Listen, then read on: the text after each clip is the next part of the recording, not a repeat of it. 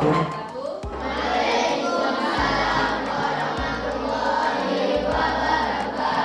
Bagaimana kabarnya hari ini? Ada makan semua? Ya. Pada pagi yang ceria ini kita kedatangan tamu ya. Ini ibu ini berasal dari kampus Unsia. Beliau di sini bertugas sebagai salah satu mahasiswa PLP dari Unsia, yang beliau di sini nantinya akan mengobservasi bagaimana cara mengajar guru dan bagaimana menjadi guru di sekolah ya. Nanti beberapa minggu depan nanti ibu ini akan membimbing kalian dan juga masuk kelas dan juga memberikan layanan klasikal ya, pelajaran bimbingan konseling ya. Jadi untuk itu kalian bisa nanti bertanya langsung atau apa yang harus ditanyakan. Boleh silakan pertanyaan depan ini. Halo semuanya. Perkenalkan, nama Ibu Aura Delia Metasya, Ibu dari jurusan Bimbingan dan Konseling dari Universitas Syahkuala. Halo, salam kenal semuanya. Ada yang ingin ditanyakan tentang Ibu? Sudah. Ya, silakan. Diberi kesempatan ya dan kesehatan sehingga kita bisa melanjutkan pembelajaran untuk hari ini. Sebelumnya belajar apa? Pelajaran penjaskes. Oke. Sebelumnya kita untuk memulai materi ini kita baiknya berdoa dulu ya. Kita baca Al-Fatihah aja ya. Bismillah.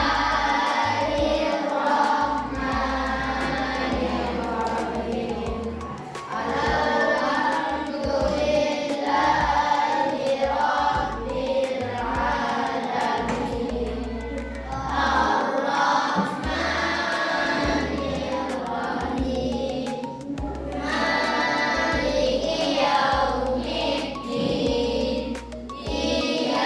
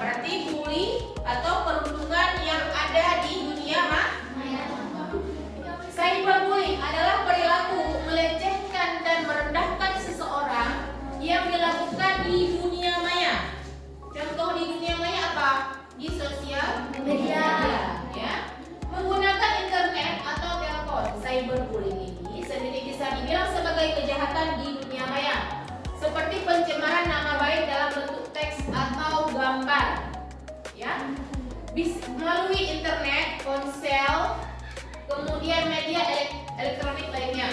Bentuk lainnya adalah dengan memakai data pribadi korban, nama asli, alamat kantor atau sekolah, dengan mempublikasikan gosip yang memalukan yang merusak nama baik si korban di sebuah halaman atau forum online.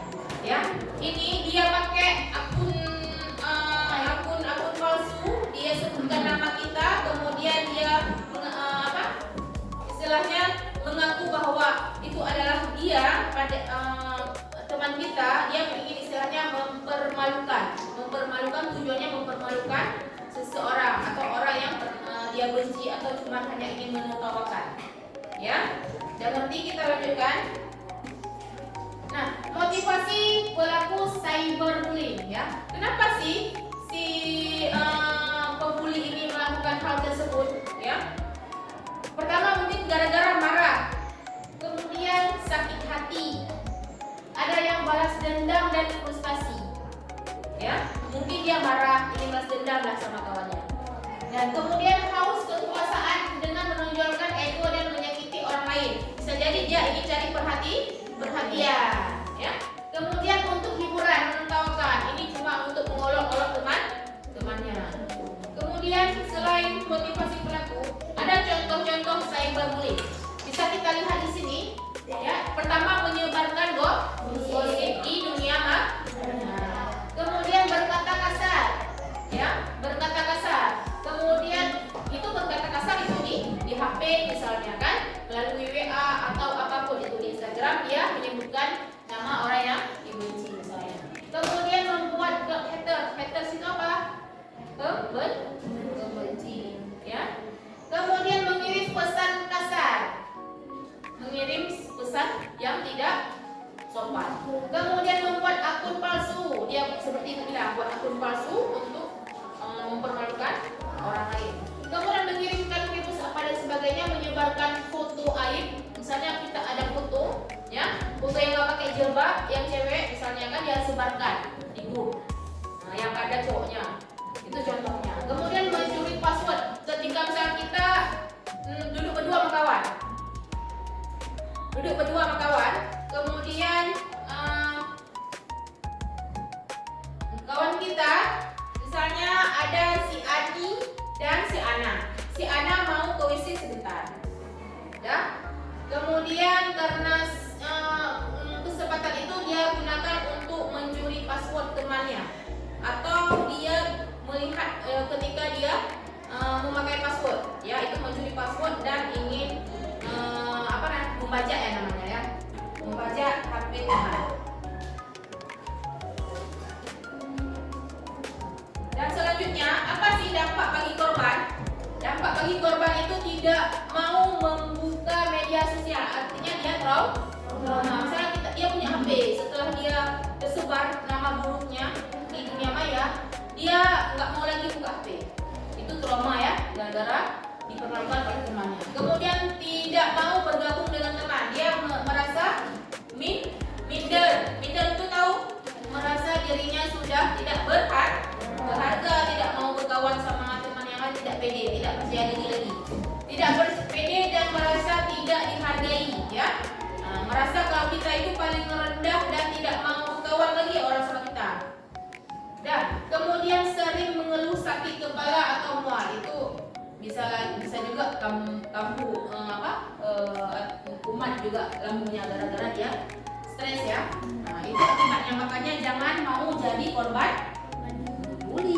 bully di dunia nyata maupun di dunia maya. Oke, selanjutnya, nah, saran bagi yang pernah merasa dibully. Pernah nggak mungkin kalian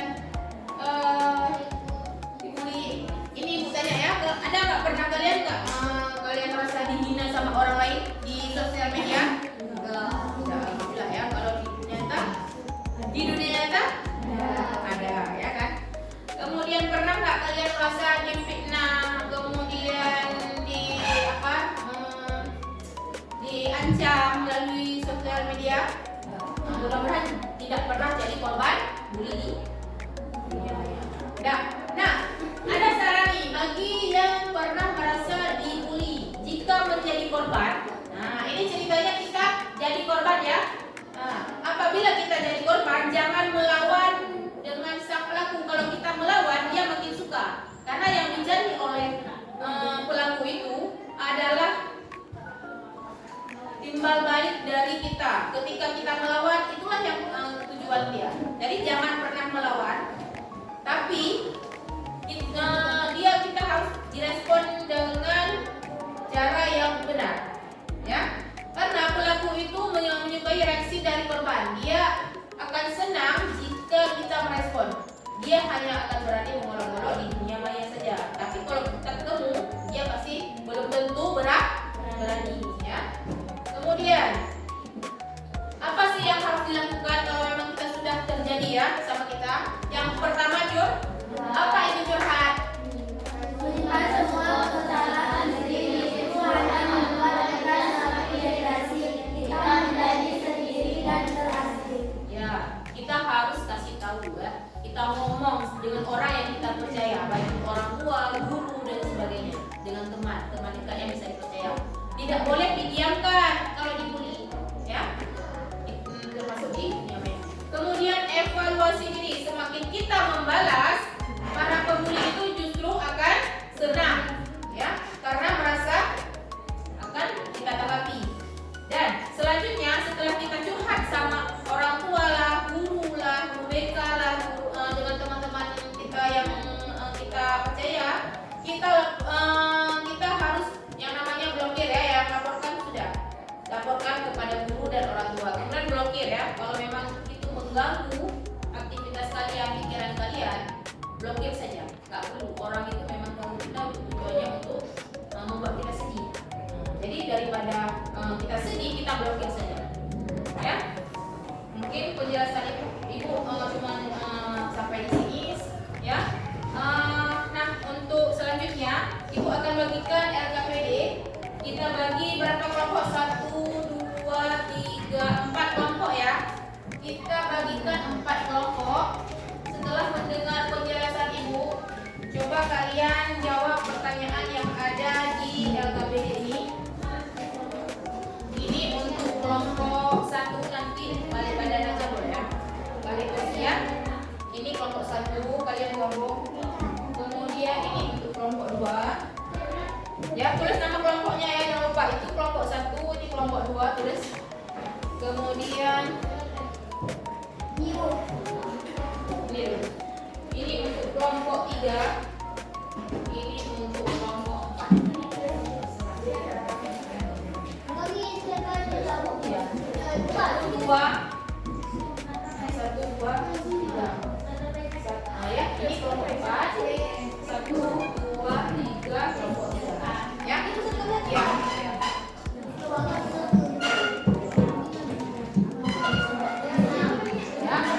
Ibu kasih waktu ya supaya tidak lama. Dikasih waktu. Kelas. Jawabnya di bawah ya.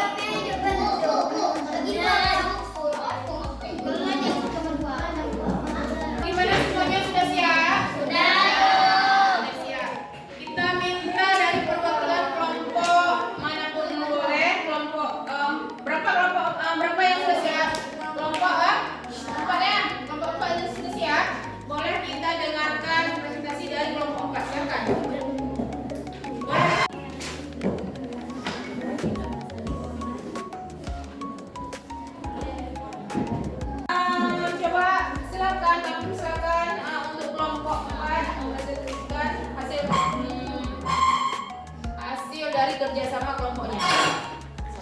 Assalamualaikum warahmatullahi wabarakatuh. Waalaikumsalam warahmatullahi wabarakatuh.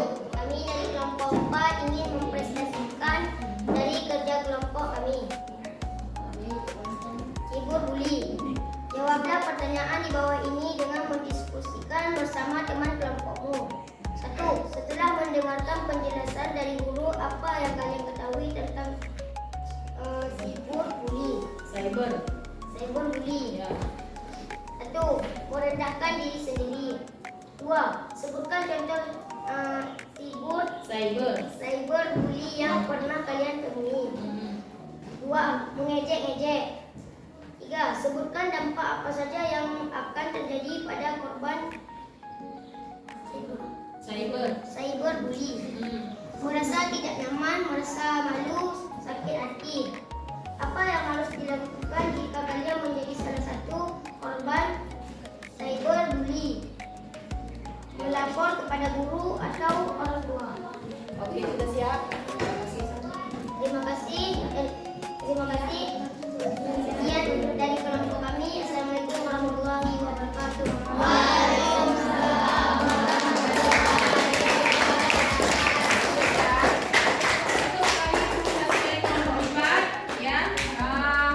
Jadi kesimpulannya cyberbully itu apa?